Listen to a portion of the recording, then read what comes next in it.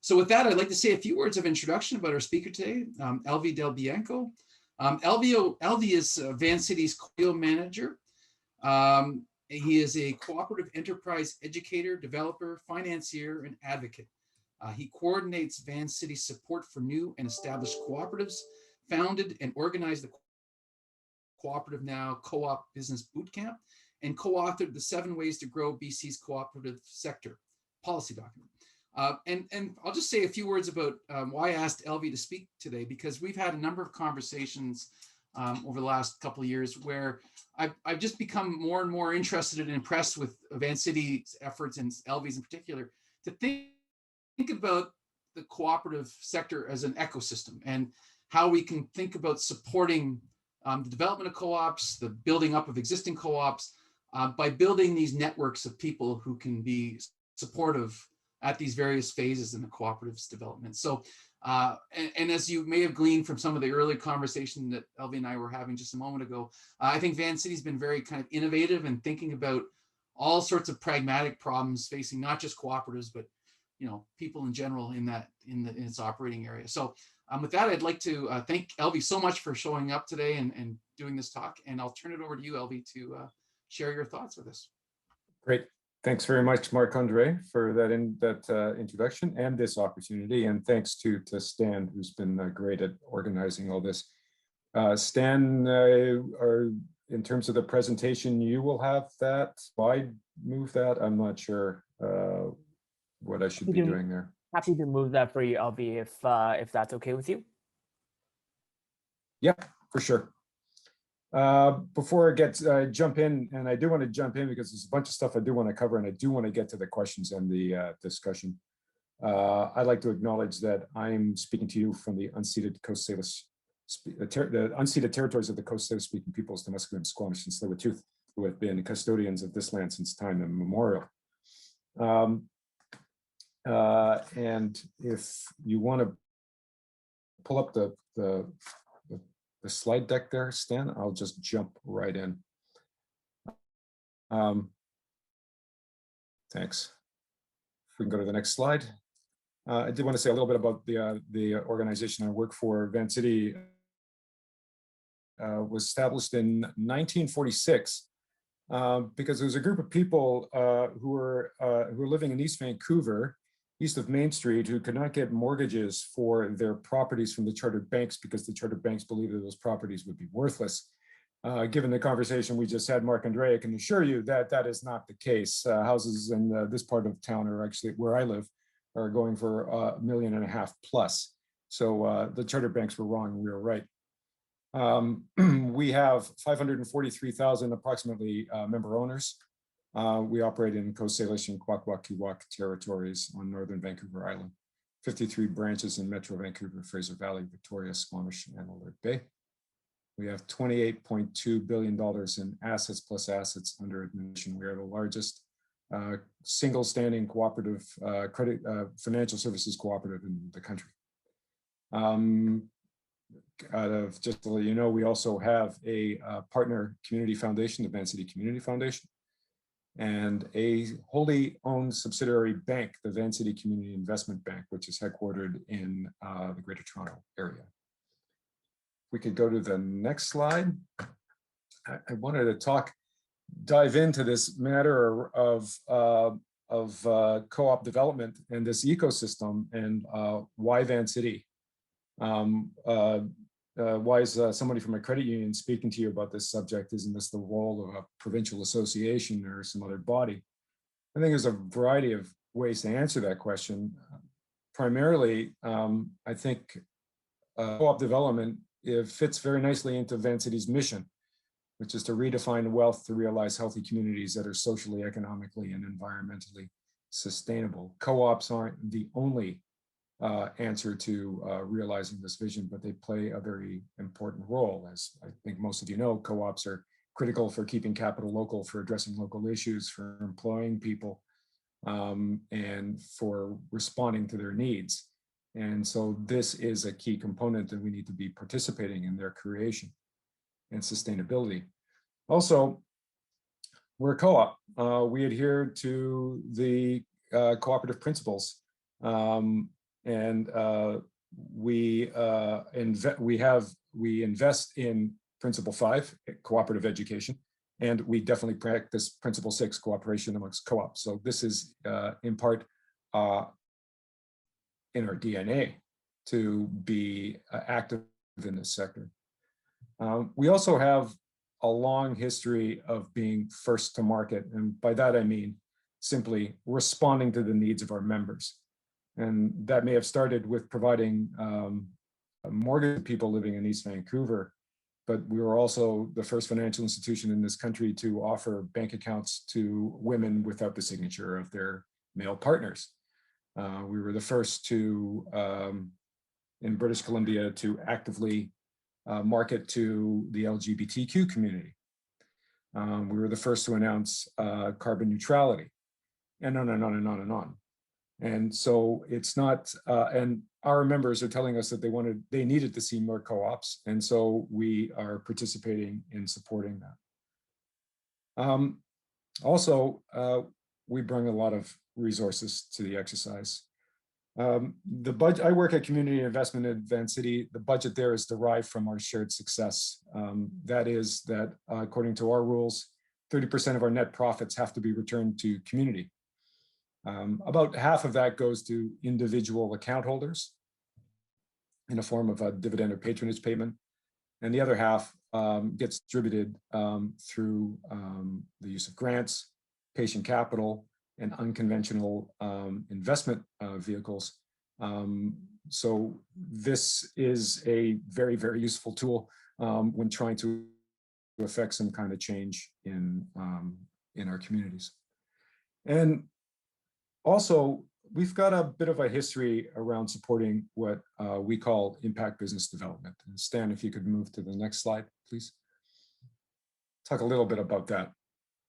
This is, it's not rocket science or rocket surgery, as a friend of mine likes to call it, but I mean, this is an approach that we take with respect to supporting new business development. This idea of concentric circles. In the center is let's say a co-op enterprise. A group of people come to us and want to form a co-op, and they need some financing. We can support that co-op in order to be able to get off the ground. But if we really want to support co-op development or social enterprise development or mission-driven for-profits or whatever kind of organization that is doing good in our community, we also need to think about the sector that they operate in. And how do we bolster the capacity of that sector in order to be able to support new co-ops? We need to be thinking outside of that, beyond the sector, in terms of capital and consumer markets. Opportunities and structures that are available in order to help co-ops get to scale, acquire additional capital for any kind of expansion that they're going through, get access to bigger markets in order to be able to sell their goods or services. And then outside of that, can we influence the enabling environment? Can we advocate on behalf of provincial government or local governments or the federal government for policy or legislative changes that might be more favorable to supporting co-ops? And so if we want to see more co-ops, we need to be taking an activist kind of approach along all of these, addressing all of these kind of components, if we rather than just dealing with that one group or that handful of people that are coming to our door. We definitely undertake activities affecting all of these kinds of concentric circles. Next slide, please, Stan. Scrabble. I wanted to use this because I use this metaphor a lot in terms of the work that we do. And just to let you know, I hate this game, primarily because I'm always losing at it. In fact, the other day, my wife gave me such a drubbing the other day that if it were a boxing match, I would not have answered the bell and they would have called the ambulance on me. And I find it ultimately frustrating, but some key things that I have learned around this is you can form little words and get some points, or you can but what you really want to do is get the double word scores and the triple word scores. And I think in terms of the activities that we're trying to pursue, we're trying to get those triple word scores. We're trying to find the spots where we can support some kind of development or growth or change or structure, but do it in a way that it creates it has multiple kind of impacts. And I'll give you some illustrations in exactly what I mean by that. Next slide, please, Stan. So I've been at this job since January of 2013 and defined a strategy for myself in terms of how I would want to operate in this sector and how we could leverage the resources of the organization in order to be able to affect change in the co-op sector. And try to hit those concentric circles. But in terms of the specific things that we're looking at, these are the key things. Data, we needed to collect more data about the co-op sector in British Columbia, of which there is remarkably little readily available. Also, within our own organization, being able to get a better handle on how many co-ops we have, what kind of lending we do to them, what kind of resources they have with us. Legislation and policy, are there changes that can be made at that level in order to be able to affect a significant kind of change? Certainly capital. This is an ongoing challenge with co-ops in terms of being able to get access to capital. Co-ops can't go to the stock market. They're not particularly venture capital friendly. And sometimes the lending associated, the lending that comes from financial institutions is not sufficiently attuned to the needs of co-ops or even understands the co-op model. So what could we do to affect some positive change there? Definitely education.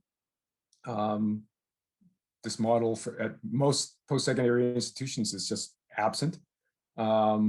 What could we do to create to make education available in those venues, but also practical education for people who are wanting to set up their co-op? And finally, what I like to call technical support and services. So the professionals that you would want to call on to be able to help people get their co-op started. So in my world, co-op developers, but also people that can assist with feasibility studies, business planning, accounting, legal services, and all these kinds of things. This is not particularly innovative in and of itself. I mean, if you looked at, if you recall the blueprint for a cooperative decade that was produced by, I think it was CMC at that point, could have been the Canadian Cooperative Association. This pretty much corresponds to what was produced in that document. And over the years, we have taken action on a variety of these things. I don't have time to get into all this, but we have lobbied the provincial government, for example, for co-ops to be able to get access to pots of money that were arbitrarily being denied to co-ops for no particular reason other than the organizations didn't understand the model. So we have affected legislative and policy changes. We've articulated some policy alternatives to support co-ops. Data collection is really starting to pick up inside and outside of the organization. We've come up with capital that is attuned specifically to a co-op. If you want to join a workers' cooperative and you need to borrow the $5,000 to do that, we have a loan product that's available for that, for example. And we've created educational and organized technical support services. The key thing here around technical support services is that there was an underlying challenge. We have a whole bunch of supports in place, but they were not well organized. There was no rational system to deliver these services to individuals. And which leads to a kind of a unique element that we added to this list, and that's on the next slide, Stan, if you would please forward. And that's this idea of networks.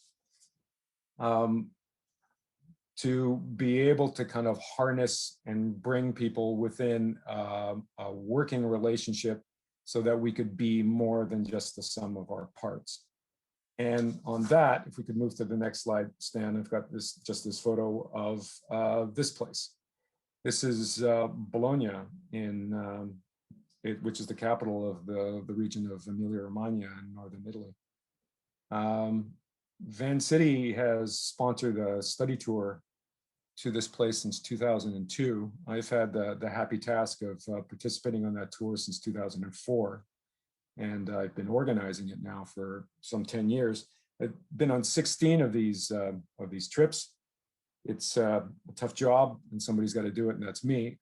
Unfortunately, we've had to suspend over these last couple of years for obvious reasons, but we've learned a lot from our Italian colleagues. The Emilia-Romagna region, in terms of population, is almost exactly the same as British Columbia, but whereas we have something like 700 co-ops, they have some 5,100 co-ops in Emilia-Romagna that account for, they are the largest employers. They account for some 15% of employment and 20 to 25% of their GDP. So we have a lot to learn from them in terms of how to make that kind of thing happen. And they've been at it for a long time. And there's too many lessons to go into here, but some key takeaways we've taken from the region over the years have been, firstly, the critical importance of networks. People like Robert Putnam have said that this region is one of the most highly networked places on the earth. And they do have a very nuanced idea of networks. There's not one size fits all. They have many, when they talk networks, they're talking many different kinds of networks based on the specific needs and capacities of the organizations or the people participating. They can talk to you about horizontal networks, it's the most obvious and basic form, but also vertical networks, vertical supply chains that you would see in cooperative agriculture, complementary networks, as they had in their construction industry, peripatetic networks, where one organization bigger than the rest acts as a kind of support system or big sibling for the others. Contract networks, deals done on the basis of a handshake or possibly a legal agreement, but does not involve creating a separate kind of entity. Temporary business alliances, contract networks that have a time limit on them.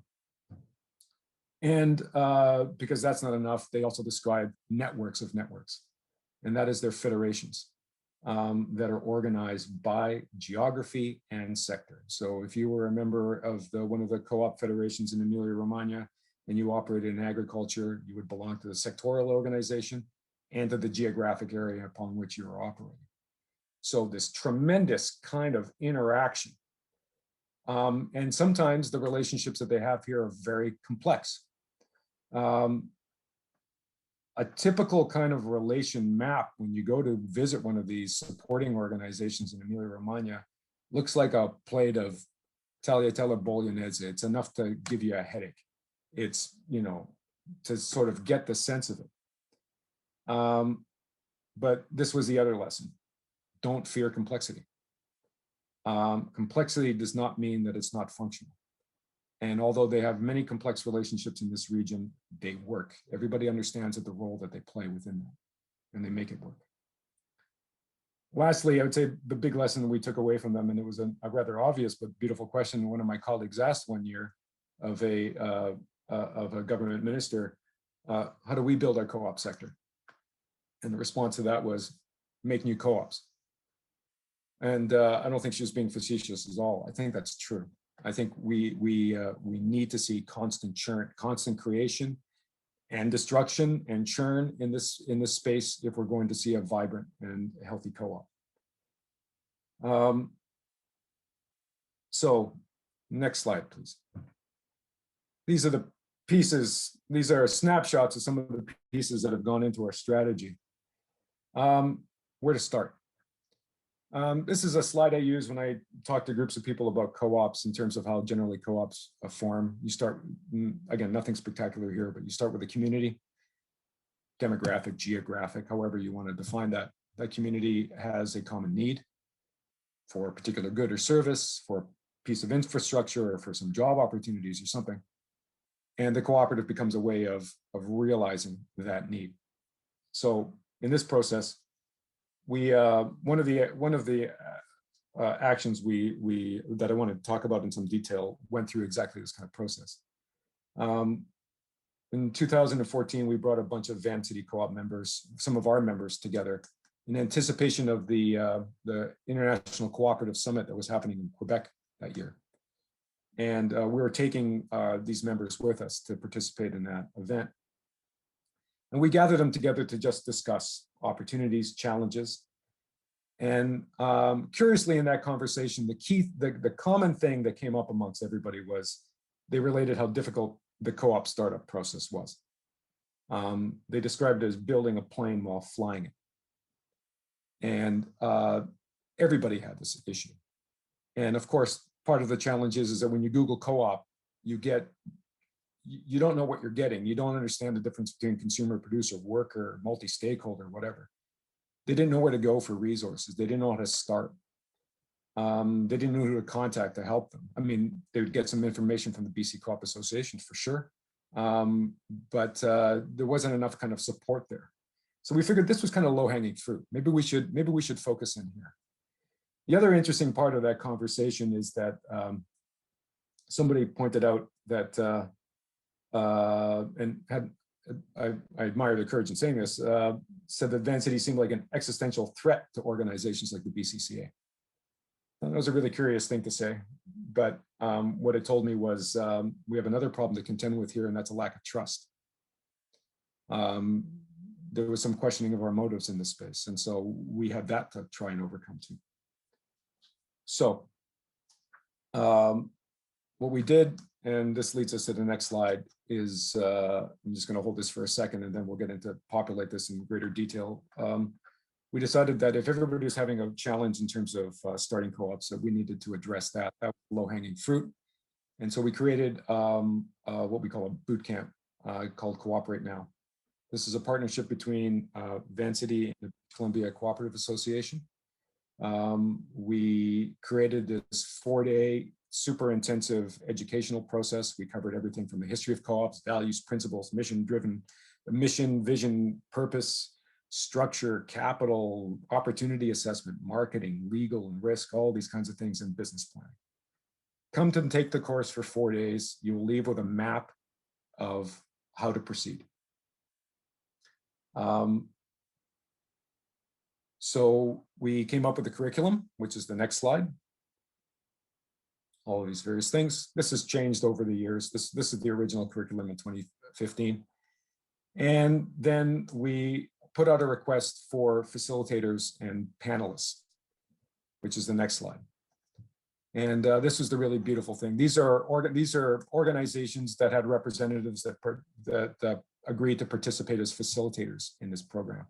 And they came from across the co-op world and allies, like law firms and accounting firms and others. And this was for us, rather than the BCCA and Vancity coming up with all this curriculum, we left it to the experts. Let them figure this out. They are the best people to deliver this thing. And we showed them what we're offering, what we thought were the needs, and we said, what do you want to do? Which leads us to the next slide. This is how they self-selected how they would deliver the curriculum. Some people did it individually. Some people did it in teams. Some people participated as panelists. Some people actually delivered the content. Italian levels complexity manifesting itself in the early stages of this program. This also was to allow kind of maximum contact points between people taking the course and people facilitating. When you were done with the course, not only did you have a map of where to go, you know who you needed to call if you needed a co-op developer, or if you needed a lawyer, or if you needed advice around insurance, or if you needed to open up a banking account. So we were seeing some good communication starting to open up this way. This program was fully subscribed. We took a maximum of 18 people. And even though we've increased the we used to do this once a year, we've moved to doing it twice a year because of the demand. We are still turning people away every time we offer this program. There've been 8 or 9 cohorts now. We've put about 143 people through this process. And we have supported the incorporation of 41 cooperatives between 2015 and 2019. The co-op developers that are working with these groups are saying that unlike the communities of interest they've worked with in the past, these groups are, they understand what a co-op is and what their co-op is going to look like. And they are hitting the ground and moving faster and smarter. I think, could we move to the next slide, Stan? I can't remember. Yeah, this is just a photograph of one of our sessions. The gentleman at the front is Marty Frost, who's a long-time co-op developer here in British Columbia. So those are good results, especially when you consider that 41 co-ops in a province of some 700 co-ops is a pretty good improvement in the number of co-ops that are getting started up there. This is not the exclusive source for co-op incorporation. There are others, of course. But the really interesting thing, the triple word scores that my wife is so fond of that we're seeing in this program started becoming apparent. We started seeing linkages between people taking the course. And some of them would go on and start to conduct activities on their own. And in some cases, these resulted in co-ops themselves. We saw a much greater degree of familiarity, trust, and cooperation amongst the facilitators. Most of us were members of through our organizations, we're members of the BCCA, but we all do different kinds of work. We operate in different sectors. Outside of the annual general meeting of our provincial association, we often didn't see each other or really didn't know each other. This is where we collectively rolled up our sleeves and worked towards a common goal, which was seeing new co-ops get off the ground. And I can't overstate the importance of this.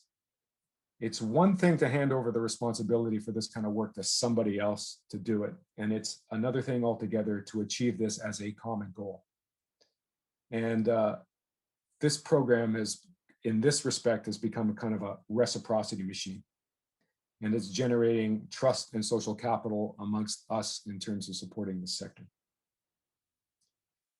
We also had a number of graduates of this program who went and formed their co-op and drank the Kool-Aid in the process and have circled back wanting to become co-op developers on their own.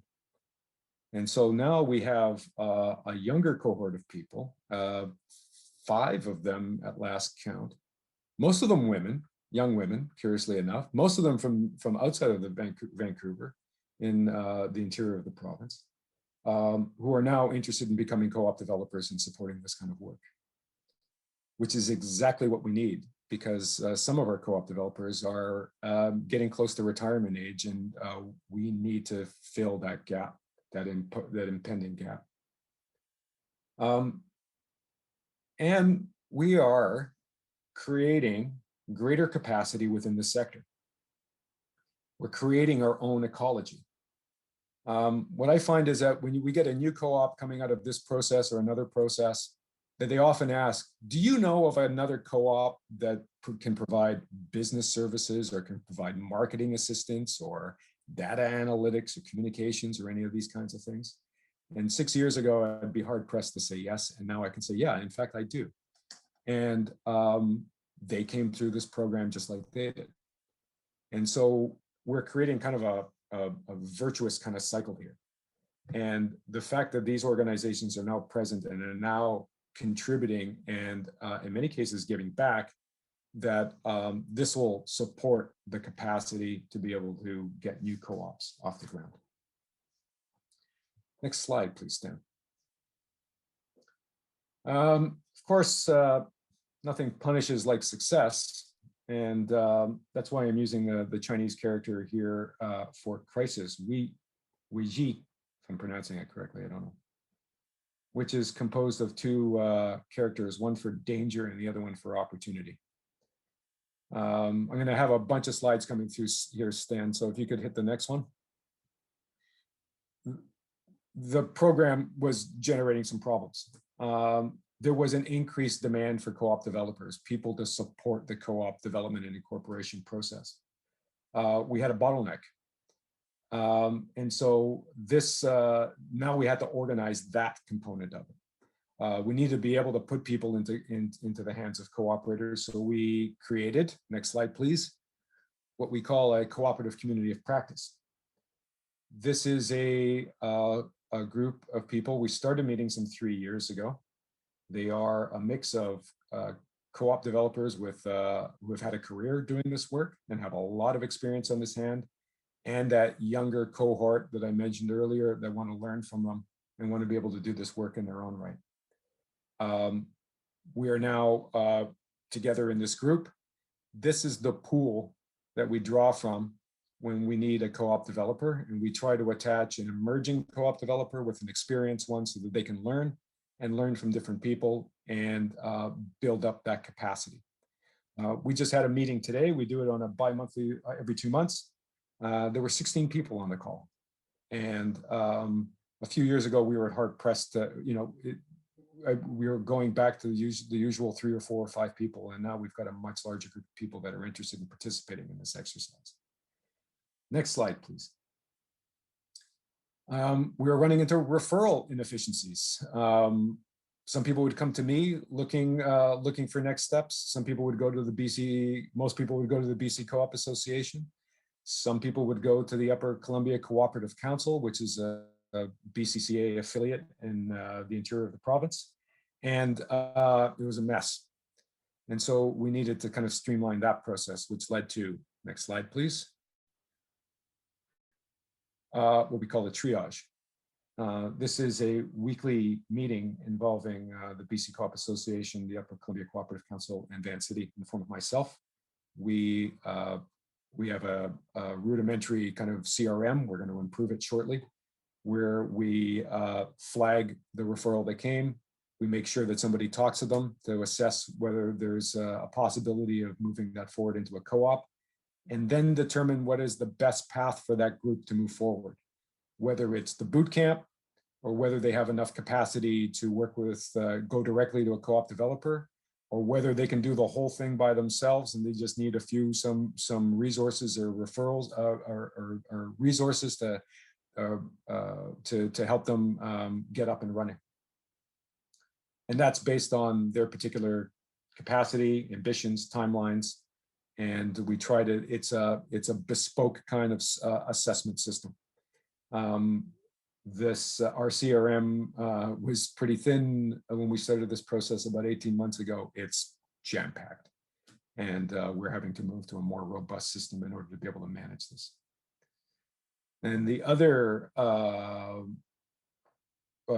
item, please, Stan, the next slide, support services bottleneck. Co-op developers are not the only thing that these groups need. Sometimes they also need business feasibility and business planning support. They might need somebody to review their business plan. They might need all kinds of other resources. And so we started to organize that component. That's the next slide, which is new partnerships. And so we reached out to organizations like the Small Business British Columbia, which has excellent set of resources, which now include more and more co-op content. They also can review business plans.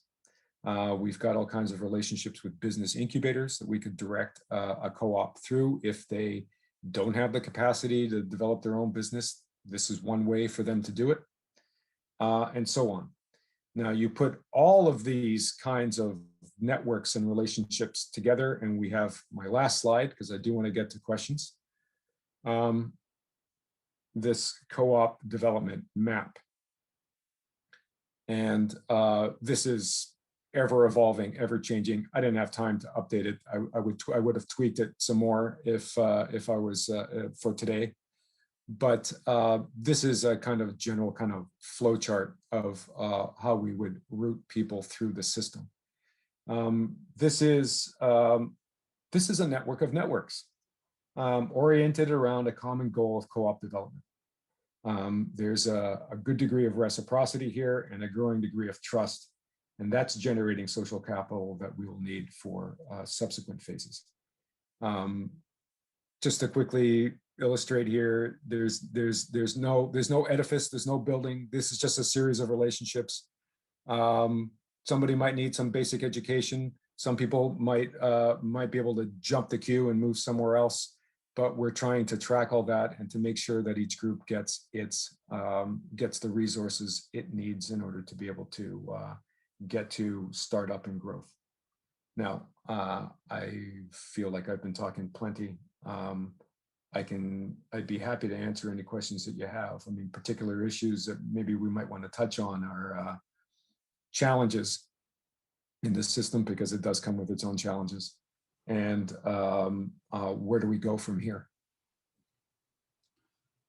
Fantastic. Thank you so much, Elvy. It was a really engaging presentation, and I especially liked your Scrabble metaphor. As a Scrabble family myself, I understand your pain. Folks, this is where we get to ask questions. If you wouldn't mind raising your hands or just signaling me in the chat function for if you'd like to ask a question of Elvy. While I'm waiting for that, I might ask a quick question, Elvy, and it relates to your point around challenges. Is there, in thinking about Emilia Romagna, the area in Italy you were discussing earlier, what is the policy context, and what could be improved there to kind of support this ecosystem a little more robustly, let's say in the BC, but anywhere generally? What are the lessons that policymakers could take from this? And saying that from a policy school perspective. So yeah, for sure. In Italy, it is largely the sector itself which supports itself, and they have all co-ops in Italy are required to allocate 3% of their net profits into a fund that goes to support new co-op development. And that's a critical kind of thing that I don't see that happening in Canada anytime soon, right? And so it's largely the co-ops themselves that are doing that.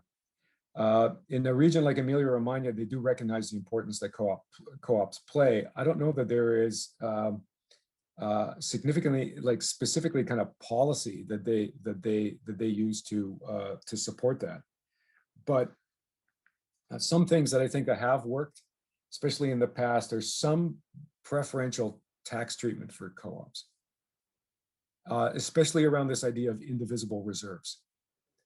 So it was scaled back in recent years, but for a long time, there was this very generous tax break that any euro that a co-op invested into their indivisible reserve was taken off their tax bill. And so the reserve becomes a pool of resources that cannot be distributed to the membership if the cooperative demutualize, and can be used for all kinds, acquiring assets, expansion, and do all these kinds of things. But that's a really interesting idea, because it's a government recognition for an investment into a pile of capital that sits in a community and is going to serve that community in perpetuity to get a tax break for it. And I think that's the kind of thing that we probably need to be thinking about here in Canada, because co-ops are undercapitalized. A break like that, I think, would be really important. And in terms of supports locally, I mean, to get to the place that they are at in Emilia Romagna, I think provincial governments need to be investing a lot more in this sector. These are businesses that provide social and economic returns, and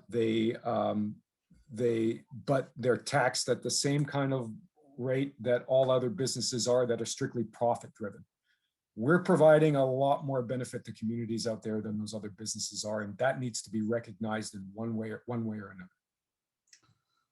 That's great. Thank you, Elvy. I'm very cognizant that answer, thinking back to your comment about Vancity devoting 30%, I think you said 30% of its net profits back into community, whether that's patronage or community investment. And imagine if that was, supported more robustly from the tax system perspective, or this right. indivisible reserve perspective. Okay, so I see a question from Jen. Jen, I'll ask you to unmute yourself and turn your camera on and ask away, please. Hi, Elvy. Thank you so much for that.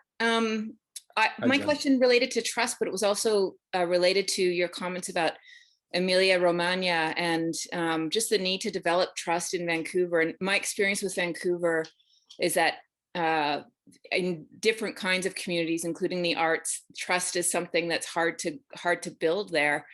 And I'm wondering about your thoughts in Emilia-Romagna. One of the things they had historically going for them in terms of trust building and social capital was this very strong, cohesive culture. The feeling that everyone there was from Emilia-Romagna. And in Vancouver, in a city that's so diverse, what do you substitute for that feeling of being a people? How do you replace that to build the trust? Yeah, this is a great question. And one that I get a lot when we do our study tour, is it in the pasta and the vino over there that makes them, yeah. Certainly they have an advantage of being more homogenous. Although if you go to Emilia-Romagna, I mean, like the differences between people within that one region is actually quite astounding. They have their own separatist movement in Emilia-Romagna. Romagna went to split off from Emilia, right? So they're not quite as homogeneous as we would think. But your point is right. And it's a problem that we have here in Vancouver. The Vancouver Foundation did a report years ago that talked about social isolation. I interpret that as being a lack of trust between people that live here. But the thing is that in Northern Italy, or in Italy, not every region has a strong cooperative sector. Emilia-Romagna scores very high. Trentino Alto Adige scores very high.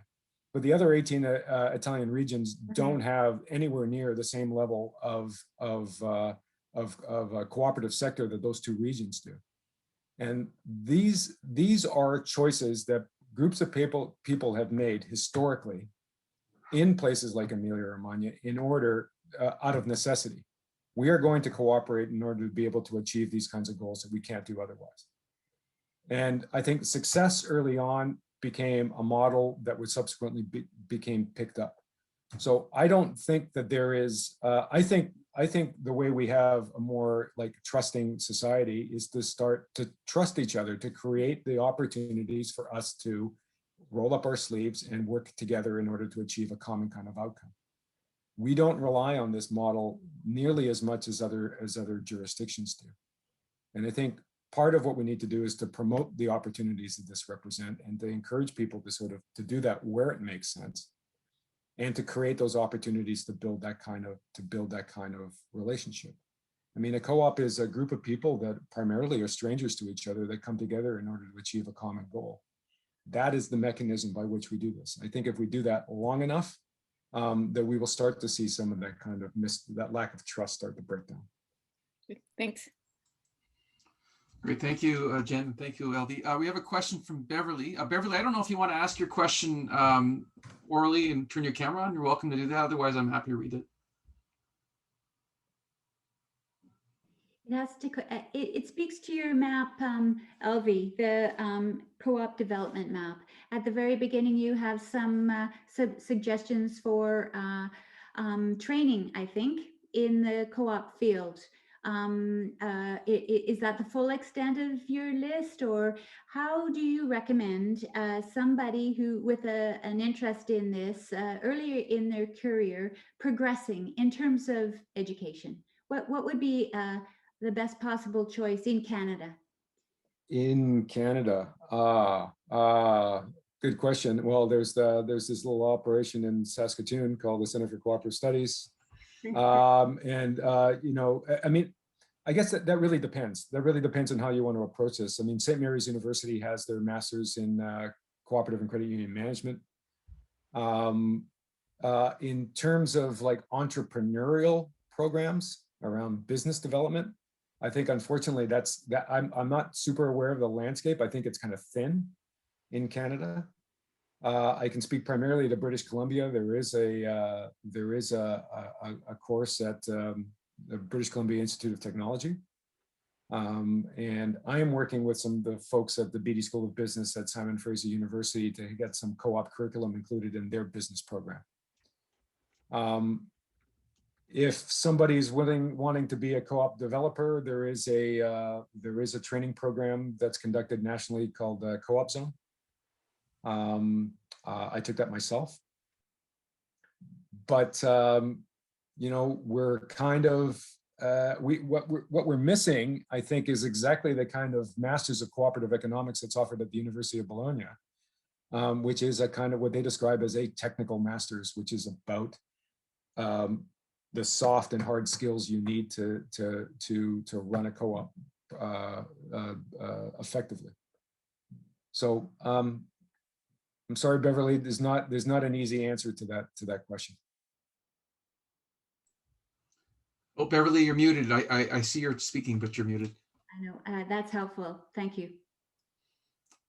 Yeah, I think Elvy's hit all the hot spots in Canada. We actually have a little survey at the end of this where we'll do a little plug for our social economy and cooperative certificate. And there is at the University of Saskatchewan, you can take, or you have been able in the past, we have to make this happen, but a course in cooperative economics. Murray Fulton, who's on this call, has taught that course. So we've tried to kind of spread the wealth, as it were. I might also mention Cooperative First and the cooperative associations, the provincial level, all have material, but it's kind of like you have to go and seek it out yourself. It's not a place where you can sit down and somebody's going to have a conversation with you necessarily. So I see we have a question from Isabel, and I'll just read it aloud. First of all, Isabel, thanks you very much, Elvy, for the presentation. Can you tell us a bit more about the co-ops that are developed as a result of Co-op Now? And what kind of diversity are you seeing in terms of, I guess, the demographics, but also the types of co-ops? That's it. So, you know, demographics and types of co-ops that are emerging from this program. I think you mentioned 40 odd co-ops that came out of that. So maybe just speak a little bit about that. Yeah, no, it's starting from the point that in British Columbia, we have a tremendous diversity of cooperatives in British Columbia. We are really a kind of a province of regions, and so they're scattered all over the place, and they're serving their communities in unique ways, and that's reflected in our program.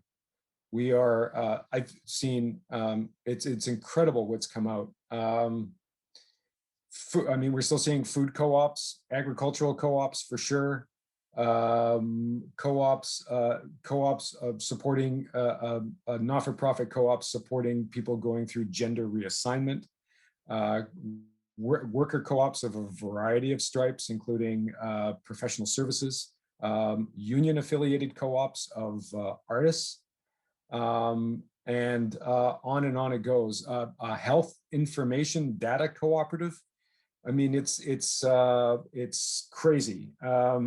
We could spend a full hour just talking about the various kinds of organizations coming through. And so there's a lot of really interesting, a lot of phenomenal diversity there in terms of the types of co-ops. In terms of the demographics, this is a bit of a sore point. We're not reaching very widely. We're not attracting very widely, and this has become a challenge for us.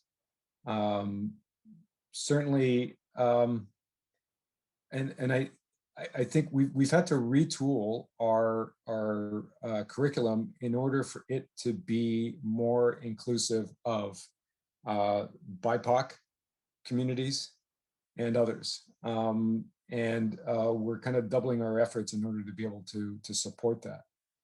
And the color spectrum amongst people participating in co-ops does tend towards white, and that's not good enough.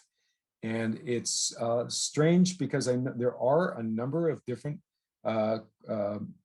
communities, reflecting different cultures and cultural experiences that have formed co-ops in the Lower Mainland and other parts of British Columbia, and yet they're not part of the network. We're doing something wrong, and we're working to try and fix that. So for the next round of Cooperate Now, we're radically shifting our curriculum, and this is in regards, to be perfectly frank, our last cohort. We had a co-op was working towards being a workers' cooperative of people who were Black Canadians, and they decided to drop the course because they did not see themselves reflected in what they were doing. Now, it was amicable, and we are continuing to support them, but that was a real wake-up call for us, and we are having to do more to reach those communities. We are also engaging in a partnership with an organization in Surrey that is working with racialized communities to try and set up their co-ops. And so we are also supporting in that way. Thank you so much. I really appreciated learning about the diversity of the co-ops themselves, and also hearing about your efforts to reach beyond. Yeah, it really matters what the curriculum does and says, whether people see themselves in it. So I applaud your efforts. We're all trying to work harder on those issues. And, you know, I'm with the Canadian Association for Studies in Cooperation, as well as with the Canadian Centre. And, you know, it's something that we're all very mindful of and working hard at. So thank you. Thank you, Isabel. Thank you, Isabel. We do have another question here. So, Elvy, how and where are you attracting and reaching the individuals for co-op now? How do you get the word out, or how do they find out about that program? So that's an interesting question. It's not obvious. Yeah, it's interesting. More often they just find us. We did used to do some more intensive marketing of this program at the beginning, you know, posters and putting them up and doing all kinds of, you know, reaching out to all kinds of groups. And that was frankly a waste of time and money. Most people come to us. The BC Co-op Association has an excellent communication function. Their newsletter is highly subscribed, and they've got a good social media presence. A couple of blasts on Twitter or some on Facebook and a couple of other things is enough to sort of like they start applying. More often though, that's probably accounts for maybe a third of the people participating. More often though, these are not unknown entities. They've approached one or other of the partner organization over the preceding weeks or months, and you know, looking for information or looking for advice in terms of how to start their co-op, and that becomes the initial interface. And that's a great place to sort of assess the group and say, well, look, if you've got, and there are some criteria, you have to come in at least a team of 2. If you've got some other people to work with on you, and the time frame fits and the tuition structure fits for you, then this is a good opportunity. So mostly they're reaching us rather than us having to reach out. And you know, I think somebody said this to me at the beginning that no, this is interesting. If you build this, they'll show up. If you build it, they will come, right? And that's what we've been doing. And people want this. People want this. People are, some people are certainly driven by a desire to have a work life that looks different, to be part of an organization that is different, that is structured according to a certain set of values that is largely absent from the corporate kind of entities. So that's attracting people to this. But I would say most people are being pushed into this because their economic circumstances are not friendly to operating individually. And so people are actively looking for alternatives to companies or corporations, not-for-profit societies, because neither of those entities necessarily meet what they're trying to achieve. And so they come looking and they come hunting for us. And I think we're getting most people that way. Great answer. Thank you, Elvy. We might have time for another question. And while we're waiting to see if anyone pops one in, I have another one. I'm intrigued by this idea that you pulled in these people from different organizations, right? Different parts of the co-op ecosystem, and brought them together, and that helped stitch together a network that otherwise didn't exist. You know, I'm just kind of curious about how you see that progressing. It seems like there's a lot of opportunity to do that. You know, in other words, a lot of people that are in the cooperative sector, the established cooperative sector, have very few opportunities to kind of stitch together outside of, as you say, showing up the annual meeting of associations, or it seems like that's an important part of this process too. It's nice. We're focusing a lot on the people that are kind of coming to be formed or educated, but it seems to me that another really important part of what you're doing is that the other side, where you bring together the disparate players and allow them to network as well. Yeah, absolutely, and that's the community of practice. And I think I think the next phase there is to build up some of the systems around that, improve the referral, improve the understanding, get people to kind of sign on, have a more responsive kind of, like a more efficient kind of system. We've done these kinds of partnerships. We need to be able to do that in a much more kind of consistent kind of fashion, and continue to kind of build that kind of familiarity and trust. But I think there's another opportunity that's starting to manifest itself beyond that. And that is the groups and organizations that lie more or less outside of the co-op world. I mentioned a union affiliated co-op that came through our boot camp. That was the first one. Unions and co-ops, we come from the same place, but there's a big, we're close, but there's a big chasm between us. And we've been working for years to try and bridge this gap. And I had a real keen union organizer stumble on the co-op model, and he's gone through the boot camp. And now they've given birth to another union affiliated co-op. And they're so keen that they've started a thing called the Union Co-op Initiative.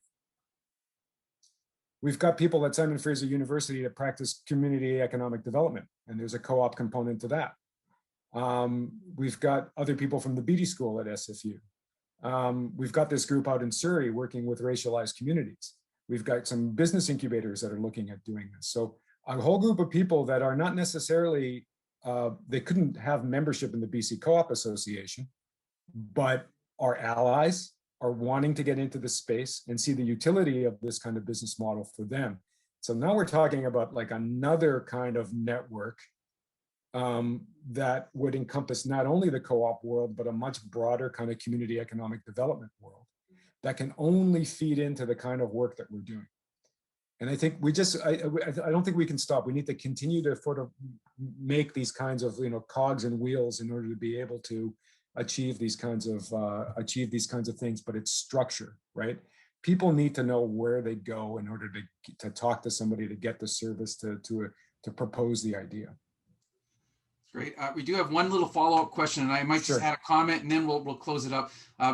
Before we turn to this other question, it strikes me that in the cooperative sector, amongst credit unions and the cooperative sector, there's sometimes a fractiousness that can be problematic. I say, let's put it that way. You've noticed. Yeah. So I think one of the interesting things that comes out of this for me is that opportunity to bring people into a room and give them a shared project is a way of maybe overcoming some of that. And I think you put it very nicely at the very beginning. There was some tension around Vancity engaging in this, and it seems like you solved that problem by bringing them in instead of saying, well, we'll do it on our own, sort of thing. And I just want to flag that, because I think that's a really important way to cut through some of the challenges that the sector faces. So just to follow up on that question around how you reach people, the question here, and this is from Glenn, is if you're not reaching out to diverse groups, will you not just continue to attract the same people? So I don't know if you kind of answered that or not, but maybe you can just finish on that note, and we'll wrap up. Yeah, that's the point. I mean, how we've attracted people to date has been one thing. How we need to attract people in the future needs to look different, to reference the earlier answer. No, we need to be much more proactive about reaching into certain communities. And that goes without saying. I mean, it's been, I think in the past, people approaching us has been useful, because we're several of us are doing this off the side of our desk, so we weren't sufficiently resourced. That's changed. We have more people working on this project now, and I think it's allowing us an opportunity to be much more proactive in reaching into new communities. And so we do expect, we have some opportunities in our traditional Chinatown community here in Vancouver. We've got the groups out in Surrey that we're working with, and that's just the start. There's a whole bunch of others that we're trying to reach into. Indigenous communities are also a good opportunity. They've discovered this model and are getting on board, or rediscovered this model. And so, but the question is correct. We need to be doing that differently. Elvy, thank you so much for a really engaging talk and bringing our awareness up around your program. And it just seems like something that's very ripe to be expanded outside of British Columbia as well. So I see some folks from the Saskatchewan Co-op Association here, and I can't help but think of them. So thank you so much for the talk. Thank you everyone for signing on. We have a short survey after this call that we'd ask you to complete. It'll take 5 minutes. It'll help us get some good information, including potentially adding you to our mailing list. So with that, I'd like everyone to thank Elvy with a hand clap symbol in your reactions button. And Elvy, all the best. Hope to talk to you soon. Thank you so much. Thanks very much for the opportunity, Mark Andre. It's been a pleasure to see you again.